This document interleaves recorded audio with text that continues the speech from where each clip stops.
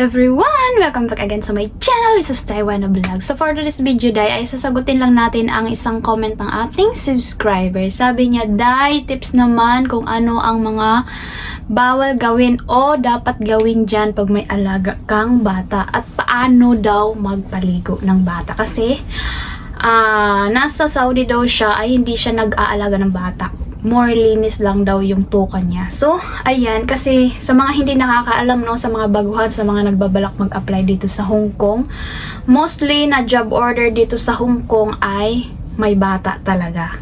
Expecting baby, mga ganyan. So, pag pag matanda, kumukuha sila ng mga taga-Indonesia. Indonesian yung madalas na kinukuha nila kasi doon magaling sila. Ay mga Indonesian ay matagal sila kung mag-aral ng OWA. 3 to 6 months if hindi ako nagkakamali. Kaya pagdating nila dito medyo nakakapagsalita talaga sila ng Cantonese. Nabibilib nga ako kasi pag sa market ako hindi talaga ako may konti akong naintindihan pero hindi ko kayang magsalita ng sentence, mga ganyan. Pag sila nagsasalita, may mga words ako na iintindihan, then parang nahuhulaan ko na kung ano yung gusto niyang sabihin. Yun, pero pag ako yung nagsalita, hindi. So may mga time na hindi kami nagkakaintindihan, din may kasabay ako na Indonesian. Sila yung nag-uusap para sa akin. Kasi yung Indonesian marunong mag-Cantonese, marunong din mag-English. So sabi ko, the best talaga yung Indonesian. Then ayun nga, pag sa atin naman sa Pinay ay sa Pilipino ay mga mostly ay ang job order ay bata. So kung ikaw ay walang experience sa bata, or tulad niyan kay Inday na nasa Saudi siya pero hindi siya nag-aalaga ng bata doon kundi puro linis lang. So i-share ko muna sa inyo kung paano paligo, din yung mga bawal na based lang sa natutunan ko dito, kasi bilang baguhan lang din ako, no. So pag nagpapaligo kasi kami ng bata, Day, dalawa talaga kami. Hindi nila ako hinahayaan na ako lang ang magpapaligo ng bata. So partner talaga, gagawa talaga sila among paraan na may partner ako magpaligo or ipapaantay sila kung wala. So tulad nga kagabi, 'di ba, alas 9:30 na sila dumating kasi galing gala. So tumawag si amo sa akin na mag-prepare na ako ng pampaligo ng bata. So paano mag-prepare, Day? Ang tubig dito, yung baby bath ba yun tawag doon? So lagyan mo lang siya ng tubig warm, din tansyahin mo yung dati may kami temperature. So nasira na, so tinatansya ko na lang. Ko naman na yung kung gaano kainit ang kailangan. So pinapatakan lang siya ng liquid soap, mga 3 drops. Pinapatakan ko siya, din maglagay ako ng lampin doon. Yun yung pangkuskus sa bata. Din ito ang ating model for today para makita nyo talaga kung paano. So ang amo kong lalaki kagabi, yun ang partner ko. Siya yung naghahawak, ako dito na side, din siya dito. Siya yung naghahawak sa bandang liig, din sa mga paa. Nahihirapan nga ako pag si among lalaki ang nagka-partner ko kay nakabaloktot yung bata. Kasi hinawakan pa niya sa paa. So kahit hindi naman na yun, basta importante dito sa liig. So ako naman, ang unang step na gagawin nyo ay sa lang to sa akin, iwan ko lang sa iba kung paano ang way ng pagpapaligo nila. So wag kayong mag-alala, kay tuturuan naman kayo kung paano ang way nila. So ganito ang turo sa akin ni amo. Kasi 'di ba nung bagong panganak yung amo ko, may kinuha sila na taga dito na helper. Iba naman yung style nun. So ang nasunod pa rin nung umalis yon, ang style pa rin nila amo. So ganito ako magpaligo, si amo nakahawak dito sa liig. Kasi wala silang patungan, Day, sa bathtub. Walang patungan, hindi tulad sa atin na may patungan. Ipapatong mo yung katawan ng bata. So, kaya mo paliguan mag-isa. So, dito, walang patungan. So, pag ikaw lang, naku, Diyos ko po. Ayan. Si among lalaki ang hawak sa may liig para hindi malublob yung ulo. So, ako, ang inuuna kong di ba yung tubig may sabon na? Ang una kong kinukuskus yung ulo, yung buhok. Super ingat tayo sa mukha kasi iwan ko ba ba't hindi nila kailangan hindi mabasa yung mukha. So ang ulo, yan, kuskusin mo lahat, yung likod ng tenga, ayan, kuskusin mo. Syempre lang, dahan-dahan lang. Then next yung leeg, pinapaano mo yun ay tang-tang, tang-tang, ganyan. Saan yung ilaw? So, titingin sa taas yung bata, then gaganunin mo na yung leeg. Then, ang alaga ko pala ay 15 months na. So, nakakaupo na siya. So, pinapaupo ko na yan. Then dito sa likod, ayan, ganyan mo ng lampin. Tapos dito sa abaga, yung kilikili, yung dibdib, then yung mga braso, ayan, yung paa, then yung puwet. So, ito day ang tips ko sa inyo. Pagdating, may nag-comment din dati sa akin kung sino daw ang naghuhugas ng ari ng bata. So, ako day, mula nung nakabasa ako ng post na kinasuhan siya ng amo niya kasi yung alaga niya ay uminda ng sakit. Kinasuhan siya ng child abuse. Hindi ko alam bakit ganun. So, marami nag-comment doon na dapat daw pag ganyan, kung ang bata is kaya nang hugasan yung sarili niya, turuan daw natin. So kung hindi pa, sa alaga ko kasi lalaki yung alaga ko, 'di ba? Kailangan nilang ilabas din hugasan yun. Ako ayaw ko, din amo kong babae ayaw din. So pag kami ni among babae magpartner, tatawagin pa niya si among lalaki para maghugas. So mostly ganun ang ginagawa ko. Kung sino yung kapartner ko, siya yung pinapahugas ko ng ari ng bata. Iwas na, 'di ba? Mamaya mangyari din sa atin yung ganun. So ayan. Then pagkatapos niya hugas ng ari, 'yun. Aanohin mo na. Ako yung sister mag-aangat ng ganyan, din ako yung tuwalya nakaabang na sa pangsalo sa alaga ko. Yun, diretso na kami sa sa room. Then doon na papatuyuin yung pupunasan na ng tuwalya yung ulo, yung tenga, yung mukha, yung ganyan. Kagabi nga, tawa ako ng tawa day kasi si among babae, pupunasan niya yung mukha ng alaga ko. Kasi hindi naman pinupunasan doon sa diba, sa pagpapaligo. So, pupunasan niya ng lampin. Nangyari day, nagulat ako. Mukha ko yung pupunasan niya. Tawa kami ng tawa. Nagsitawanan talaga kami. Kasi nakayuko akong ganyan. Dinadayapiran ko na yung yung alaga ko. Gaganunan niya na ako ng lampin ng mukha. Nandito yung mukha ng alaga ko. So, tawa kami ng tawa.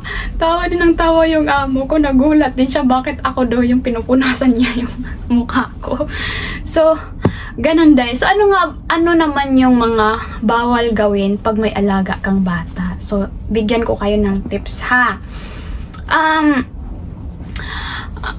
Dati may nakita din akong post day na nagkusa ba? Kumbaga, yung helper ay nagkusa, nagupitan ng buhok yung alaga.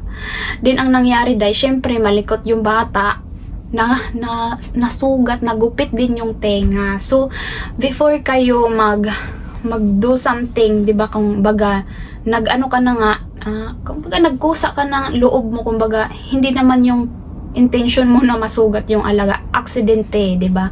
So, before kayo gumawa ng ganun, mag-ask muna sa amo, no? So, one time din day, nagkusa ako, nagupitan ng kuko yung alaga ko. Kasi dati, di ba, yung isa palang alaga ko, kasi lagi nga siya nangangalmot sa akin. Lagi siya nangangalmot. So, one time na nagkusa ako, hindi na ako nagpaalam, nagkusa ako, nagupitan siya ng kuko.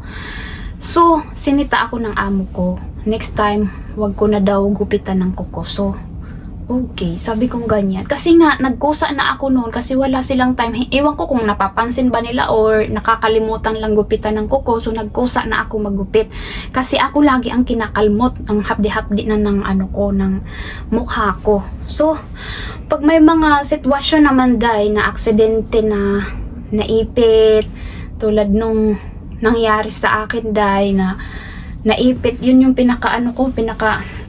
pagdating talaga sa bata, yung kinakatakutan ko pagdating sa bata. Kaya kasi super, sila day, super napakaginto talaga para sa kanila yung bata, lalo ng mga amo ko. So, one time day, yung mga muna, nung bago ako, Naa-aksidente yung alaga ko, na pupumpum yung, nung natututo pa lang siya maglakad, na uuntog yung ganito. Buti na lang, hindi ako ang nagbabantay. Nagkakataon na nasa kusina ako, nagluluto na ako, din saka siya napupumpum. So, yung matanda na ang nagbabantay nun. So, pero kinakabahan pa rin ako kasi malay natin, baka ituro ka. So, ano katwiran mo doon, di ba? Ituro ka ng matanda. Hindi kasi niya inalagaan. Pero hindi naman, mabait naman yung lolo. Hindi naman niya ako na inaano. Naninervyos ako kahit nga ngayon yung pangalawa kong alaga. Takot na takot talaga ako kasi natututo na maglakad. Lakad ng lakad, lakad dito, lakad doon. So, ako yung naninervyos. Ganyan. Tapos, pag minsan na iniiwan ng lolo or hinahayaan lang maglakad ba, pag ako nakakatingin, naninervyos na ako. So, ang ginagawa ko, tumatalikod ako. Bahala kayo dyan. Hindi naman ako ang nagbabantay. Pero natatakot talaga ako. Kasi, alam mo na. Then, ito gawin nyo. Pag halimbawa, aksidente na disgrasya yung alaga nyo. So, tulad sa akin nga, naipit yung alaga ko sa bintana. Ito, bumakat talaga. Kasi, yung pangatlo naming lipat ng bahay, ang bintana namin ay medyo mababa. So, pag aakyat lang sa sopa yung alaga ko, abot na niya, hawak na niya yung bintana. So, one time na hindi ko naman akalain na humawak siya doon sa pinakagilid ng bintana. Ako nagsasara. Sus, pagsara ko, bakit hindi siya madiretso din? Umutong na yung alaga ko. Diyos ko, grabe yung taranta ko. Hindi ko alam kung ano gagawin ko. Pero, ang sabi nga ni Amo, dapat honest talaga. So, sabihin na yung kung ano mang nagawa mong kasalanan, nakabasag ka man, or something, basta maging honest ka. Kasi, darating din yung time na malalaman din nila. 'Di ba? Yun. So, ang ginawa ko, nang dumating yung lolo, sinabi ko na hindi ko naman ma-English, tinuro ko na lang, sabi ko, inaksyon ko na lang. So, makita mo yung reaksyon nila, talagang takot na takot. Then, nung dumating yung amo ko pagkahapon, kinakabahan pa rin ako kasi ano yung magiging reaksyon na, kasi first time ko ngayon na aksidente ko yung alaga ko. Ayun, sabi niya, next time, pag magsara ka ng pinto or bintana, double check mo kung baka sumunod yung alaga mo, maipit. Sabi niya ganyan. Buti na lang, hindi siya worst. Mas maganda na rin na nasabi mo ng early kasi, di ba, hindi siya magugulat.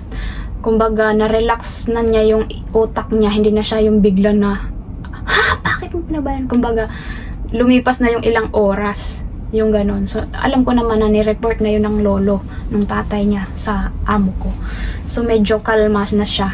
Then, may nakita din ako dating post na ganon din nangyari. Nag-CR siya. Hindi niya din akalain na sumunod din yung bata at humawak doon sa kanto ng pintuan. So, nasugat daw talaga. Nagdugo-dugo. So, hindi niya alam kung sasabihin o hindi. Pero, yun nga, maging honest talaga every time. Kung nakasira, nakabasag ka man, kung ano nangyari sa bata, lalo na sa bata. So, may nagtanong din dati, ano daw ang gagawin pag may lagnat or may sakit yung bata. So, sa interview day, tatanungin din kayo niyan.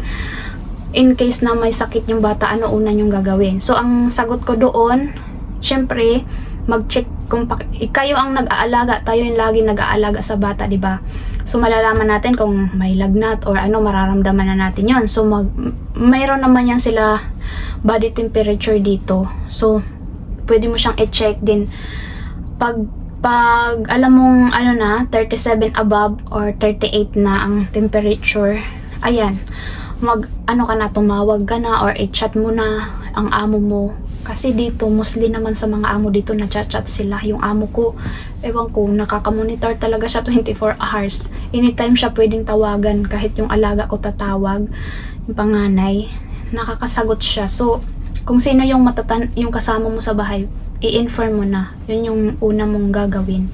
Then, sila na yung bahala niyan kung ipapa-check up, yung ganyan. Sila na yung, at least, in-inform mo sila. So, ayan lamang for today's video day. Kung nagustuhan mo ang video na to, don't forget like and subscribe my channel. See you next vlog. Bye bye!